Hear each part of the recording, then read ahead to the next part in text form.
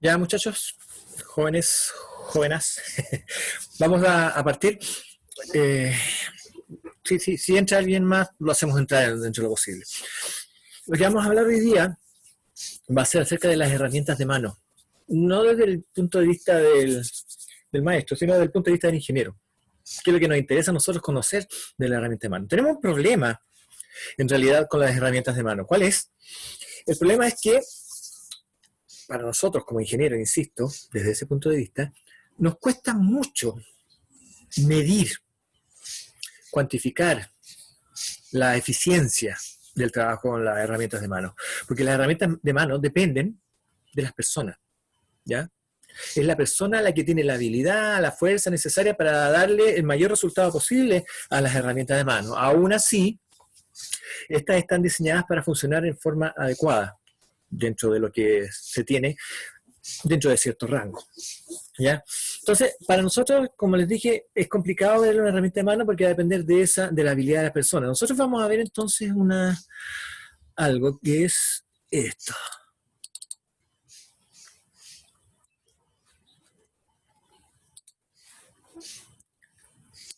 ¿Alcanzan a ver eso? Porque ya, yo no los veo a ustedes, así que contésteme a alguien. ¿Se ve?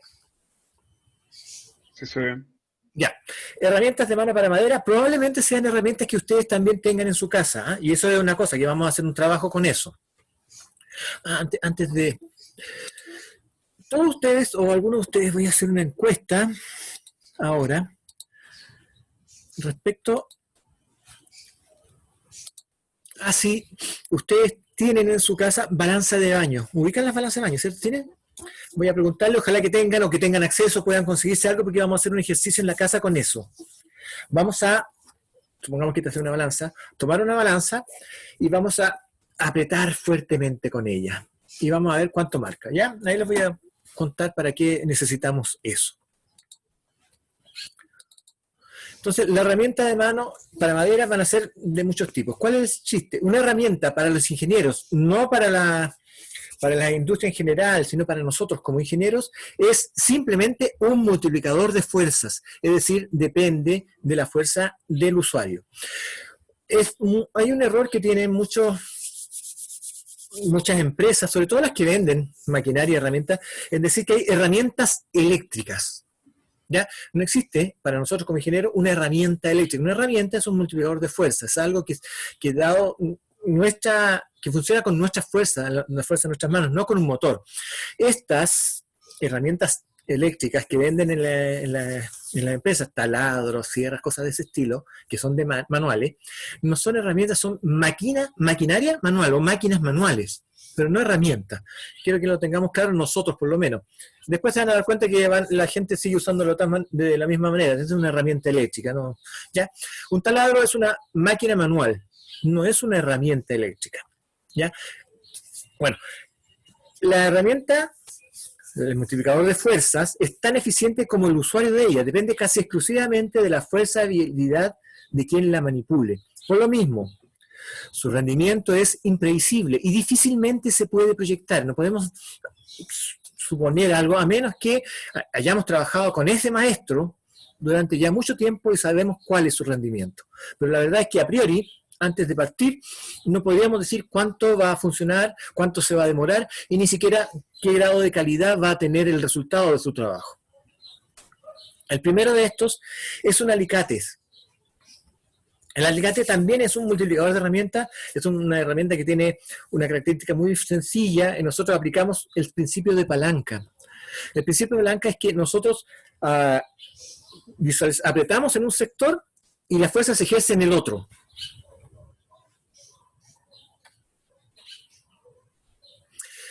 Como dije, está basado en la palanca, ya que su mango es mucho más largo que las pinzas de apriete. Multiplica la fuerza del usuario, tanto por esta palanca como por la posibilidad de ejercer más fuerza sin herir la mano. Es importante que esta herramienta, lo importante de esta herramienta es que el mango está adaptado a la forma de la mano para incrementar la aplicación de la fuerza. Y funciona de esta manera, miren. ¿Dónde está? Aquí, en esta pequeña flechita delgada es donde nosotros estamos aplicando una pequeña fuerza comparativa, la máxima que podamos obviamente, pero una pequeña fuerza que mediante esta palanca, este largo, se transforma en una gran fuerza en la base. Que es más o menos esta idea. Este es obviamente un alicate. Si se fijan bien, tiene el mango, donde estamos ejerciendo la fuerza, tiene el punto de inflexión, y tiene esto. El solo hecho de apretar un poco genera una fuerza mucho más grande, ¿ya? Lo que nosotros vamos a hacer en la casa es que con esta balanza o pesa que hemos apretado y que nos da una medida, por ejemplo, apretamos la balanza, nuestra pesa, con fuerza, y vemos que marca 20 kilos. Significa que cada mano tiene 10 kilos, ¿ya? Entonces lo que ustedes van a hacer, van a tomar su alicate, van a medir esta distancia, van a ver que ejercen 10 kilos y van a ver en cuánto se transforma en este punto. Estos 10 kilos aquí, ¿cuánta fuerza aplican acá? ¿Se fijan?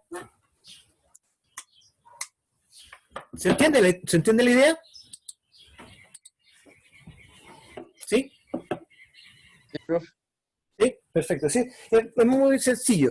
Queremos ver entonces cuánto se incrementa la fuerza de nuestro trabajo con eso. Y consideren, por ejemplo, que un operario puede ejercer hasta 45 kilos más o menos con su mano. Un operario que lleva un tipo así, esos que comen porotos, que comen estos grandes platos, que son fortachones, ¿ya? Los operarios de una empresa industrial o de la construcción. Entonces, vemos cuánta fuerza estamos ejerciendo nosotros y cuánta fuerza vamos a ejercer al final en la punta del alicate a través de esta... Ustedes saben usar el sistema de palancas, ¿cierto? El cálculo de palancas, ¿no? ¿Sí? ¿Qué es kilogramo metro? ¿No? No sé. Bueno, ya. Supongamos. No, este no es el ramo para enseñarles eso, así que es algo que los ingenieros deben saber, así que no hay problema en ese sentido. Sigamos entonces lo que estamos viendo. Este entonces es cómo funciona, donde una pequeña fuerza en un sector se transforma en una gran fuerza en el otro sector, que es lo que nosotros vamos a tratar de averiguar.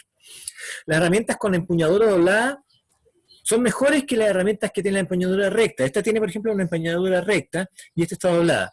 En la página voy a regalarles un manual, que es de donde traje esto, un manual de cómo se utilizan todas las herramientas, ¿ya? Ergonómicamente hablando. ¿Cuál es la ventaja o las desventajas? Ustedes lo van a tener a su disposición para consultarlo para después cuando nosotros hagamos el informe final de este taller. ¿Estamos?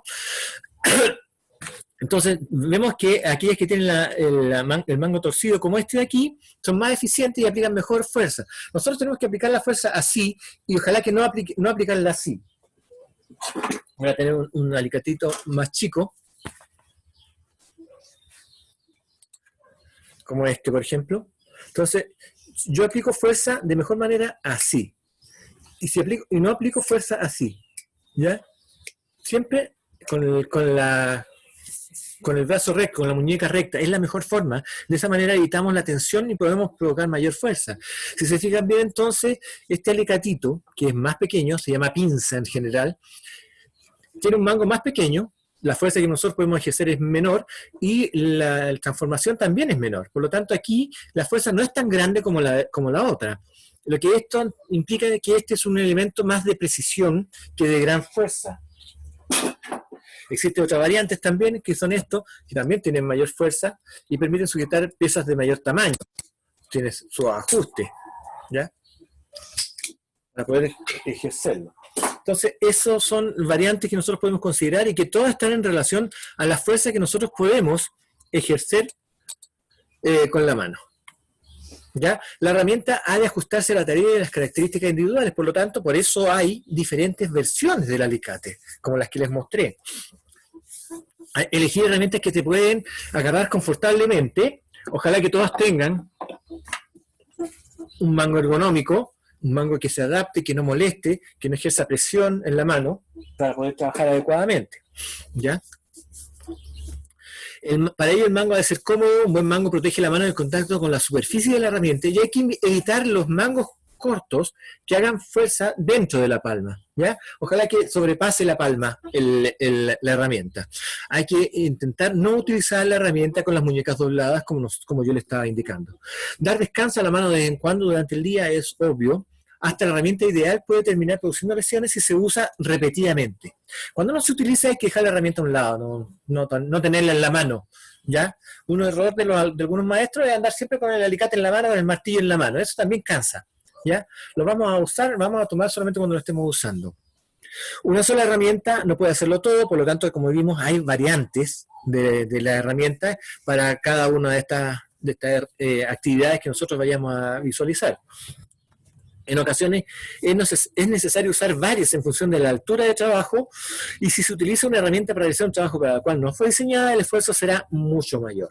Entonces, el alicate tiene esa ventaja, que es el principal ejemplo de que la herramienta multiplica la fuerza que tiene el ser humano, ¿ya? Cada uno de nosotros va a tener cierta fuerza y va a ser con la cual vamos a aplicar nosotros al final en la herramienta. Por lo tanto, una herramienta va a rendir distinto dependiendo de la persona que la está utilizando. Y eso es muy claro. Es muy difícil, no digo que imposible, pero es muy difícil para nosotros los ingenieros llegar a tener la fuerza o la habilidad que tiene un operario o un técnico, ¿ya? Ellos son los que saben manejar esto, tienen mayor habilidad, mayor fuerza para trabajar mejor con esta herramienta. Nosotros tenemos que saber entenderla y cómo funcionan. Ellos probablemente no van a saber entender ese tema, y ustedes se van a dar cuenta después, cuando estén viendo operarios trabajando, que no van a respetar algunas de estas cosas que nosotros estamos aprendiendo, las que van a ver ustedes en el manual de uso de herramientas que yo les voy a dejar en la página, ¿ya?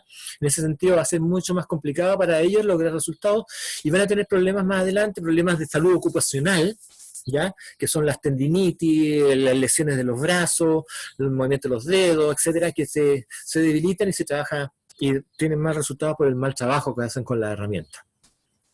Otra herramienta interesante e inteligente es la llave inglesa, ¿ya? El principio de funcionamiento está basado en el torque y el vernier, es decir, al transformar el movimiento circular de torque en paso en avance, en una relación de más o menos 10:1. Multiplica la fuerza del usuario también, dado que una vuelta del tornillo es equivalente a un paso de la cremallera. Voy a mostrarles cómo funciona. Este mismo encuentro de tornillo a cremallera facilita el bloqueo de la herramienta. La cremallera se debe mover de arriba a abajo, pero el tornillo solo puede moverse circularmente en forma perpendicular a la cremallera. Y el mango no es tan crítico en ese sentido, a menos que estemos ejerciendo una fuerza de palanca muy fuerte. ¿A qué me estoy refiriendo con esto? Esta herramienta tiene, si se fijan bien, este tornillo. Voy a mostrarlo acá mejor.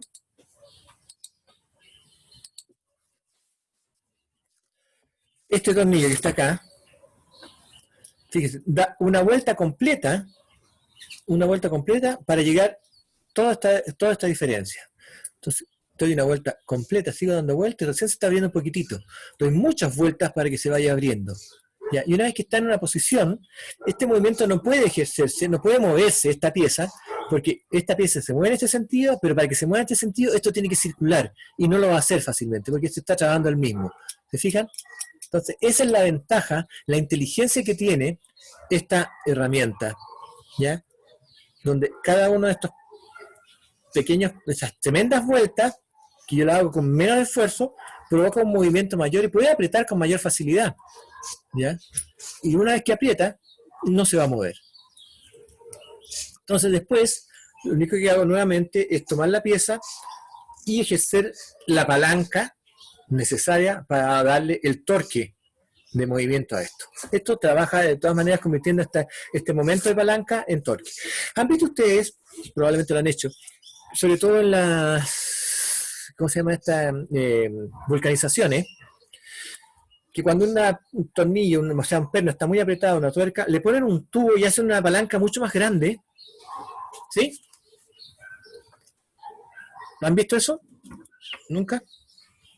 Sí, profe. ¿Sí esto? ¿Se han fijado? Bueno, tiene una ventaja puntual en su momento, que es ejercer más fuerza, pero hay que considerar que las herramientas están diseñadas para la fuerza que se va a realizar. Yo no puedo hacer una fuerza más grande que esta de mi mano en esta herramienta. Si hago una fuerza más grande, esta pieza puede romperse. ¿Qué es lo que de repente pasa? La gente después dice, oye, la herramienta mala, fíjate, está abierta, se abrió aquí, o se rajó aquí, perdón, en ese sector, que es normalmente donde se rompen todas estas llaves, porque yo en un momento dado le di mucha más fuerza que la cual aquella estaba diseñada. No permitan, por favor, nunca, en el trabajo, cuando estén supervisando actividades, que los operarios realicen actividades en ese sentido, que apliquen fuerzas más grandes que aquellas en las que está diseñada realmente la herramienta. Eso es algo que debemos evitar por el cuidado de la herramienta y además porque es peligroso para los mismos maestros, ¿ya? Para los mismos operarios. Eso es porque la gente en realidad no sabe cómo funciona el tema del diseño y fabricación de herramientas. Si yo necesito hacer una fuerza mayor, utilizo una herramienta más grande para ello. No le agrego un tubo, un tronco o algún herramienta para poder hacer la fuerza.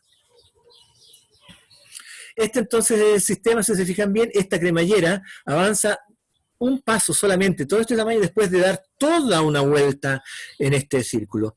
Para avanzar un paso de la cremallera es necesario que el tornillo dé una vuelta completa mediante el mismo principio de la polea, que transforma un gran movimiento con poca fuerza en un pequeño movimiento con mucha fuerza. ¿Ya? Es una herramienta muy inteligente y que nos permite trabajar muy, muy rápidamente, muy adecuadamente. La otra herramienta que probablemente ustedes sí también tengan es el caimán o alicate de presión, que es el nombre más científico, por decirlo de alguna manera. En el principio, en este caso la premisa es que en un momento dado, en cualquier momento, una persona, el usuario, es capaz de desarrollar un gran golpe de fuerza. Nosotros podemos hacer durante un mínimo tiempo una fuerza mucho más grande, pero no podemos sostenerla en el tiempo. ¿Ya? No podemos aguantar esa gran fuerza durante mucho tiempo, solamente tenemos una pequeña fuerza que es la que usamos en el alicate o en la llave, pero nosotros podemos usar una herramienta, o sea, un golpe de fuerza mucho más grande y mantener bloqueada la herramienta durante ese golpe, ¿ya? Después de ese golpe. Entonces la herramienta queda apoyando toda nuestra fuerza, la que hemos ejercido, y nosotros dejamos de hacer fuerza. Aunque no se observe claramente, es totalmente dependiente de la fuerza del usuario, ya que la regulación de la traba puede o no ser superada por este realizando la sujeción. Permite entonces mantener durante mucho tiempo ese golpe de fuerza del usuario, que de otra manera no sería capaz de mantenerlo. Ya no seríamos capaces de estar durante mucho tiempo sujetando con tanta fuerza esa pieza. Eso lo hace el caimán. El mango debe facilitar la aplicación de la fuerza adaptándose a la mano, aunque no al punto de evitar el cansancio como en el alicate, ya que no se mantiene esa fuerza durante mucho tiempo. ¿Ya?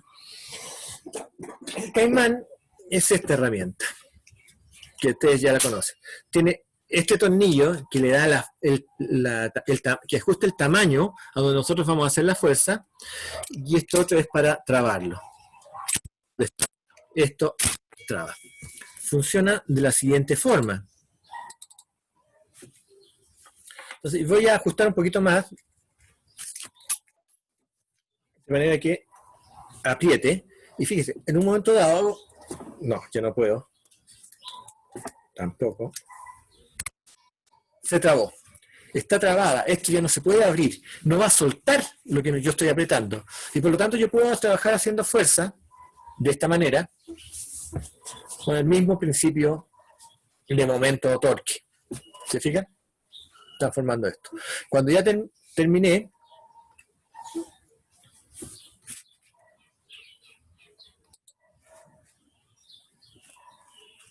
¿dónde está? Aquí está.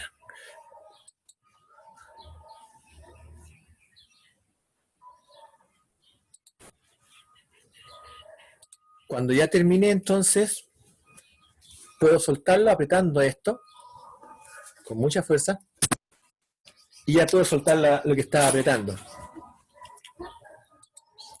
Entonces la gran ventaja es que, como les dije, ese gran golpe de fuerza que yo puedo hacer en un momento se queda estacionado ahí, trabado por la herramienta. Si se fijan bien, la ingeniería, la inteligencia del hombre ha desarrollado estas herramientas para ayudarnos a nosotros. El problema está en que yo puedo hacer cierta cantidad de fuerza, un operario, un maestro puede hacer mucha más fuerza probablemente, y así sucesivamente. Va a depender de la persona.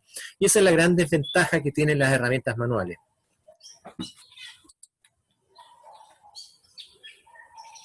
Ay. Luego tenemos el martillo. que es otra herramienta. El martillo, y específicamente quiero hacer esta salvedad, es un martillo carpintero. ¿Cómo se reconoce un martillo carpintero? Porque tiene 4 elementos: el mango, la cabeza, el pomo y el sacaclavos. Si no tiene sacaclavos, ojo, si no tiene esto, no es un martillo carpintero, es otra clase de martillo. Hay martillos de muchas características, hay distintas clases de martillos, ¿ya? Pero el martillo carpintero tiene esta característica, entonces. ¿Cuál es el principio de funcionamiento? Aplica la fuerza bruta incrementada por un doble movimiento circular, ampliando el brazo de trabajo o momento de la acción. Vamos a ver cómo funciona esto. El punto de aplicación de la fuerza está claramente definido, ¿ya? Es este. Quiero que vean bien este martillo,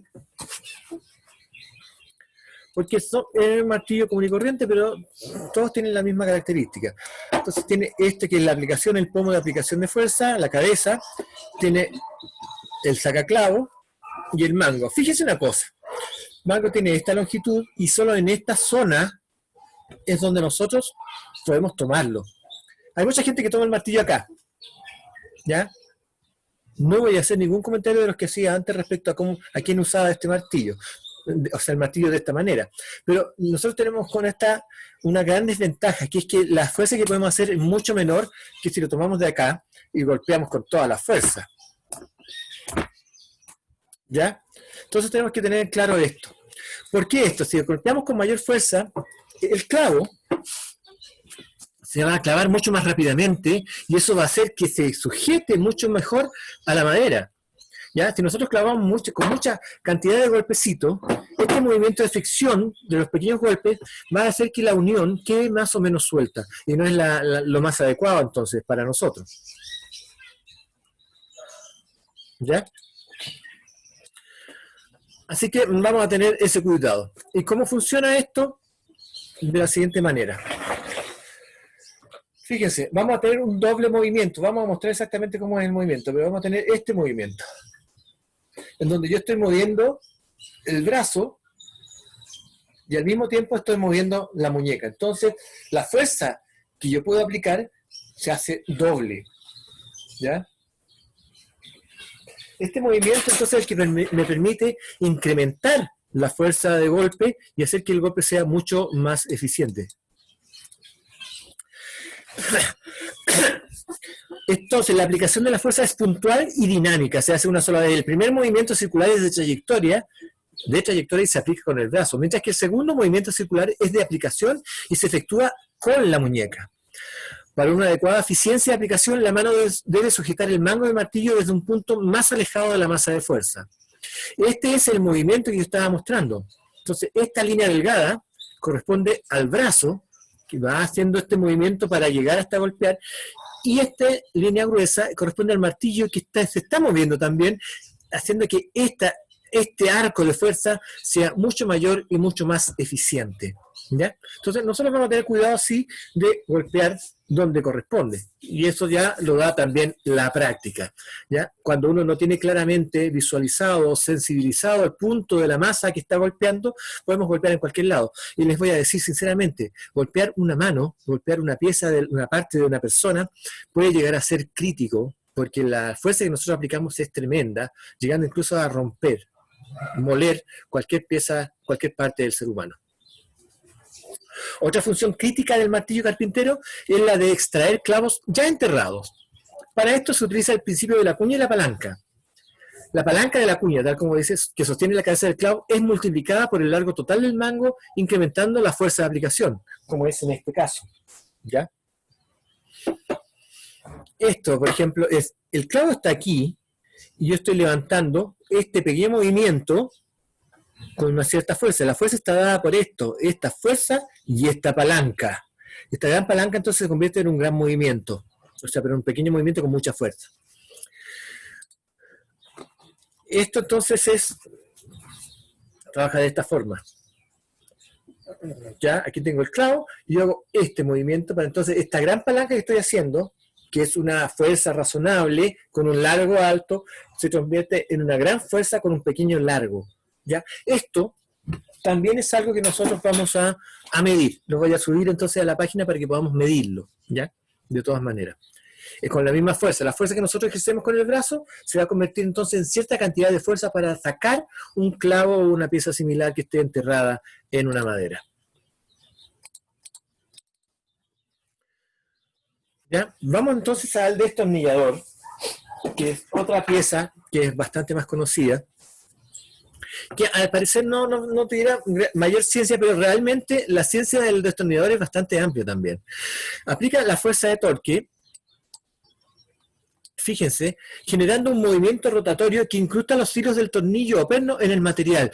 Es decir, la fuerza que nosotros necesitamos, que aplicamos o que necesita el tornillo para poder penetrar no es tanta como la necesaria para retirar este tornillo una vez que está anclado en el material. ¿Se fija? Entonces, el chiste de esto, la ingeniería, la resolución de esto es el tornillo en sí más que el destornillador. El destornillador aplica muy poca fuerza, que es la que nosotros aplicamos con torque de mano, que va haciendo que gire sobre la pieza, sobre la madera, por ejemplo, el hilo del tornillo, ese filo que tiene el tornillo a su alrededor para poder incrustarse en la madera. Una vez que está así incrustado, se convierte en lo mismo que la llave inglesa, en una pieza que necesita, que el esfuerzo que hace es contra el sentido de movimiento. El movimiento es circular, pero el esfuerzo que hace es perpendicular, por lo tanto se sostiene mucho más fuerte. Entonces nosotros convertimos ese pequeño movimiento en un movimiento de anclaje mucho más grande. En este caso, la fuerza aplicada no es necesariamente muy grande, dado que el principio de funcionamiento de los pernotornillos se basa en la resistencia perpendicular a la fuerza de extracción de los mismos, que es la que nosotros logramos incorporando este sentido de torque, de giro. La resistencia de agarre de un perno o tornillo se mide jalándola en forma perpendicular al giro de sus hilos de sujeción. ¿Fijan? Es un principio bastante más inteligente que el del clavo. El del clavo se sujeta por fricción, ¿ya? El fricción, el roce que nosotros hacemos contra la madera es lo que lo mantiene. Por lo tanto, con el tiempo es casi seguro que el clavo se va a soltar. En cambio, el tornillo es muy difícil que se suelte con el transcurso del tiempo, porque la resistencia que hace no está en el mismo sentido en que nosotros estamos aplicando la fuerza. Las variantes de los destornilladores se basan en las puntas del mismo, correspondientes a las distintas cabezas de tornillo. Estas dos, ¿ya? La plana y la de Cruz o Phillips, esta es Phillips, son las más comunes, ¿ya? Estas dos son las que más existen. En cambio estas, que por ejemplo la de Cruz Estrella, tiene unos pequeños sacados en este sector, que son los que pueden eliminar la tensión del giro. Por lo tanto, podemos apretar mucho más fuerte con esto. Ya es un tornillo de mucha mayor resistencia. Es un tornillo que se queda apretado mucho más tiempo. También tenemos una estrella, como esta o Torx, ¿ya? Que es como una estrella de David, donde la ventaja que tenemos es que el giro no va a destruir, por mucha fuerza que se haga, no va a destruir la cabeza de la figura. Es muy común que estos dos, sobre todo este plano, el de paleta, lleguemos a ejercer una fuerza tan grande que se rompa la cabeza del tornillo y se abra. Entonces, a partir de aquí para acá, entonces estos ya casi no ocurre, ¿ya? Son tornillos mucho más difíciles de hacer, por lo tanto también son más caros, ¿ya? Y tienen un sentido mucho más estricto en cuanto a su uso. Son más orientados a cierta clase de máquinas, ¿ya? que a tornillos comunes y corrientes. La resistencia que nosotros podemos lograr con estos dos, paleta y cruz, es la suficiente para cualquier trabajo de madera normal. El serrucho de mano es otra herramienta. El serrucho de mano se compone de todos estos elementos: punta, lomo, hoja, empuñadura, talón y largo total, donde está la cantidad de dientes, ¿ya? El principio es el corte de desbaste, rompiendo o separando las fibras de la madera, ¿ya? El corte de fibra de madera se realiza cuando trabaja en forma perpendicular a la madera. Nosotros tenemos las fibras en un sentido y cortamos en este sentido, perpendicular. La calidad es el resultado del filo del corte y que posea cada diente del serrucho. Por el contrario, la separación de las fibras, cuando nosotros cortamos en este sentido, se realiza cuando se corta a lo largo de ella. Y la calidad es distinta, el tipo de serrucho es distinto. Los serruchos para cortar al hilo, como esto, al hilo se refiere en el mismo sentido, tienen dientes agresivos de filo recto. En cada pasada el diente arranca una importante cantidad de madera, ¿ya? Rompe mucho. Para cortar de manera transversal, sus dientes están basados en cortar de manera efectiva las fibras. Por lo general, el serrucho es de corte recto, o sea, sus dientes son más finos, lo que posibilita cortes más precisos. ¿Estamos? Esta es la manera en que se realiza el corte. Se asegura la pieza de madera sobre el banco o con mordaza, lo que sea. Se comprueba que la tabla está bien fijada, que no se mueva. Se coloca el cuerpo de uno de manera que la línea de corte quede bajo su campo de visión, que vemos completamente la línea de corte. Se busca una postura cómoda. Después voy a mostrarles un video de cómo se hace eso. Comenzar a cortar por fuera de la línea para el lápiz y usar el pulgar como guía de la hoja de sierra. Después de unas pocas carreras, se habrá hecho una pequeña ranura en la madera. Y ahora se continúa el corte, manteniendo la hoja del serrucho bien perpendicular a la tabla, que es la parte más complicada en todo caso de todo este trabajo.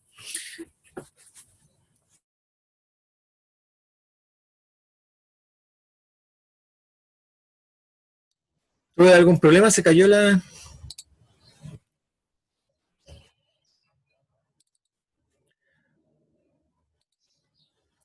Ya.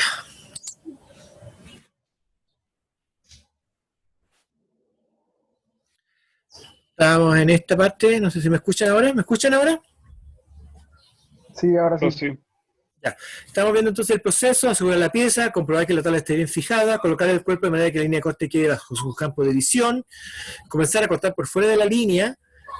¿Ya? Después de hacer unas pocas carreras, habrá hecho una pequeña ranura en la tabla, en la madera, continuar el corte manteniendo la hoja de serrucho bien perpendicular a la tabla, que les decía que eso era lo más crítico y es muy difícil de conseguir, eso lo logran con mucho más expertise, con más tiempo, más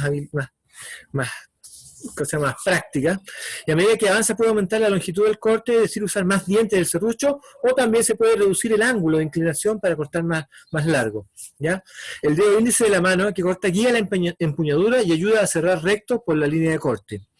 Al llegar al final, sujetar el sobrante de madera para evitar que las fibras se desgarren, y a cerrarla al final de la tabla con suavidad, reduciendo la velocidad y longitud de las carreras para un buen acabado. Un serrucho entonces trabaja de esta manera. Quiero que vean este serrucho. Fíjense que... ahí está. A ver, vamos a verlo de acá.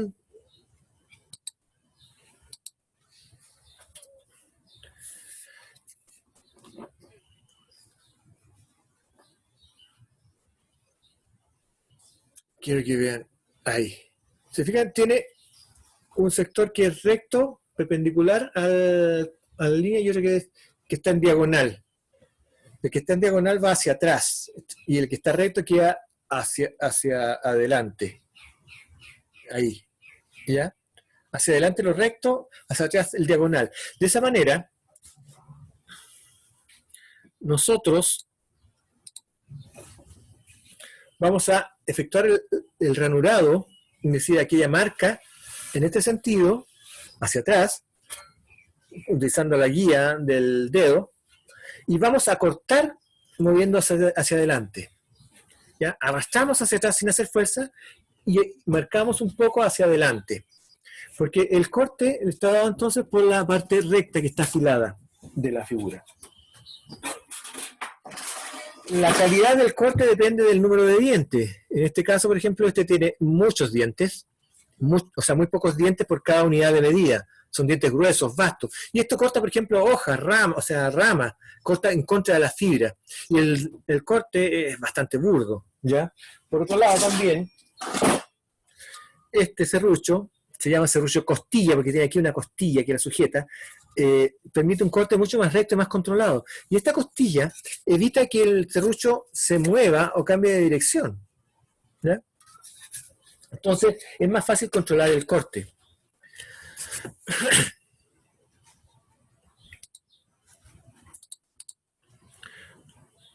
El proceso de corte se realiza entonces en dos movimientos. El primero es de jalar para tirar el serrucho, o tirar el serrucho arrastrándolo sobre la pieza que se va a cortar, mientras que el segundo es aplicar la fuerza de corte hacia adelante para que los dientes del serrucho realicen la acción de cortar la pieza de madera.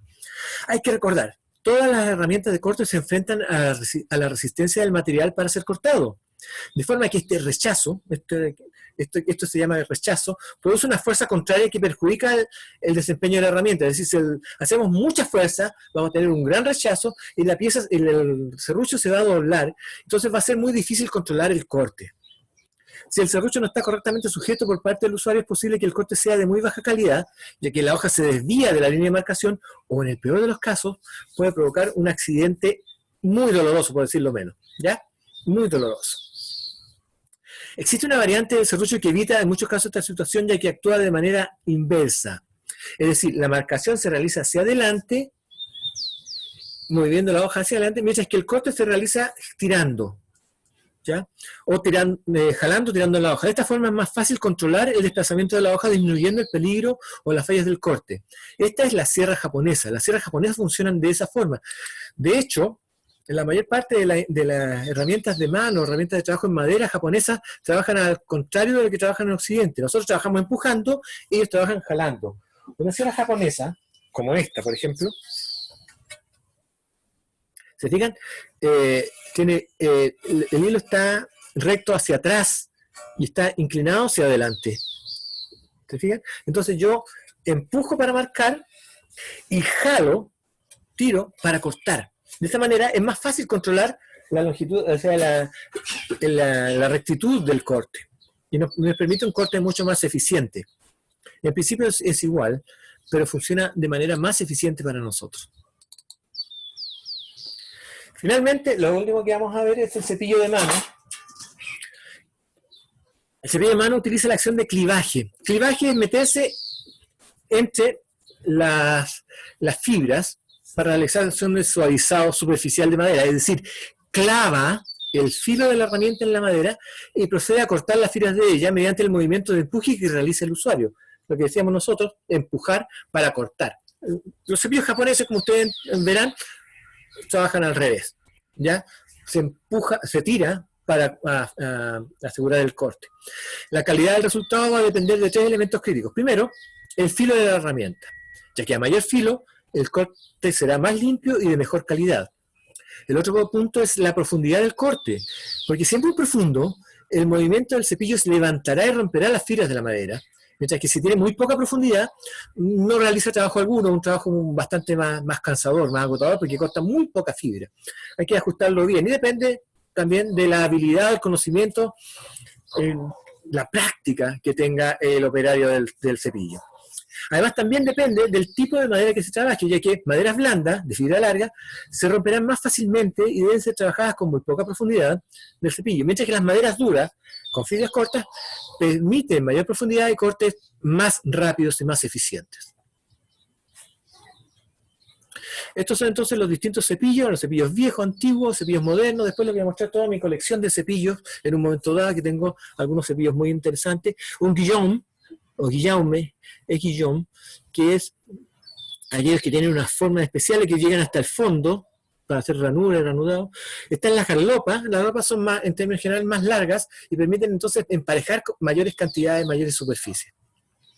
Y finalmente entonces esta es la manera en que nosotros trabajamos con el cepillo, cómo se empuja y cómo se trabaja con él. ¿Estamos, jóvenes?